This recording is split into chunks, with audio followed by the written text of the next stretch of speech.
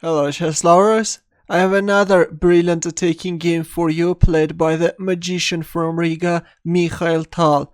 The name of his opponent is unknown and the game was played in 1973.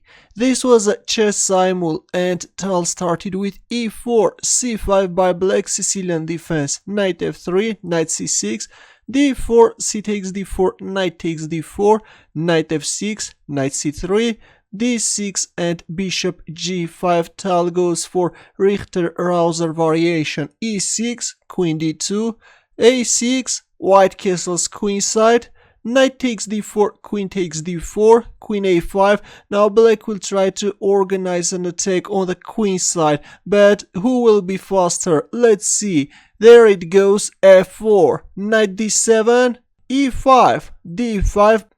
Black is trying to keep the center closed because black king is still stuck in the center of the board, but Mikhail Tal pushes the f-pawn going for this breakthrough. White just wants to open up the center and crush black king. Bishop c5, black is developing the bishop with a tempo. Queen f4, placing the queen both on an attacking square and also supporting these pawns. h6, now the bishop on g5 square is under attack, but of course Tal is not even going to move away that bishop. We see f takes e6, but of course capturing on g5 can be very dangerous because after queen takes f7 check king d8, instead of capturing on d7, white has a more powerful move, knight takes d5. Now white is simply threatening e7 check, and then after queen takes e7 this will be a checkmate, and if a move like rook e8 then knight b6 is just crushing. The threat is rook takes d7 and then queen takes d7, checkmate. Let's go back. That's why after f takes e6 black captured on e6. Here comes bishop d3 with a very simple threat, bishop g6, checkmate. Knight f8, covering the g6 square, but of course accepting the bishop sacrifice would have been better. If queen takes g5 then bishop e7, if queen takes g7 then rook f8. Though white has a very dangerous attack, but of course this continuation would have been better for black. Instead after bishop d3 we see knight f8, which is of course very passive. Here comes rook f1, this time threatening queen f7, checkmate. The bishop is controlling this h4 d8 diagonal.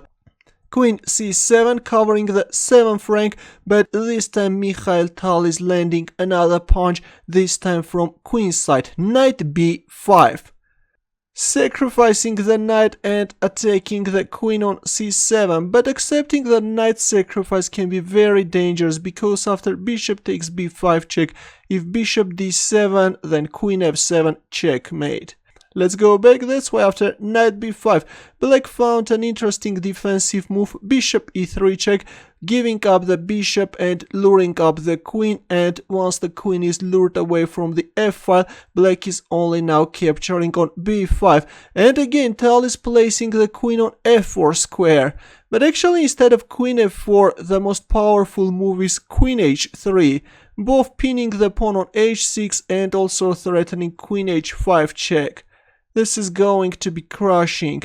But instead, after a takes b5, we see queen f4, h takes g5, black is finally accepting the bishop sacrifice, and there it goes, bishop takes b5 check.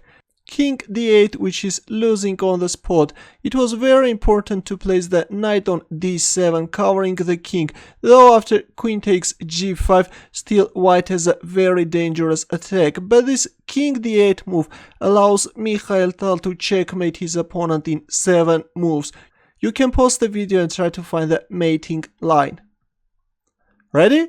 In this position, the most aggressive attacking player of all times went for a queen sacrifice and he captured on f8. Rook takes f8, rook takes f8 check, king e7, rook e8 check, king f7, rook f1 check, king g6, bishop d3 check. These both rooks and the bishop cooperating together are just chasing black king. King h5, and after rook h8 check, black resigned. because after king g4, bishop e2, this is a checkmate.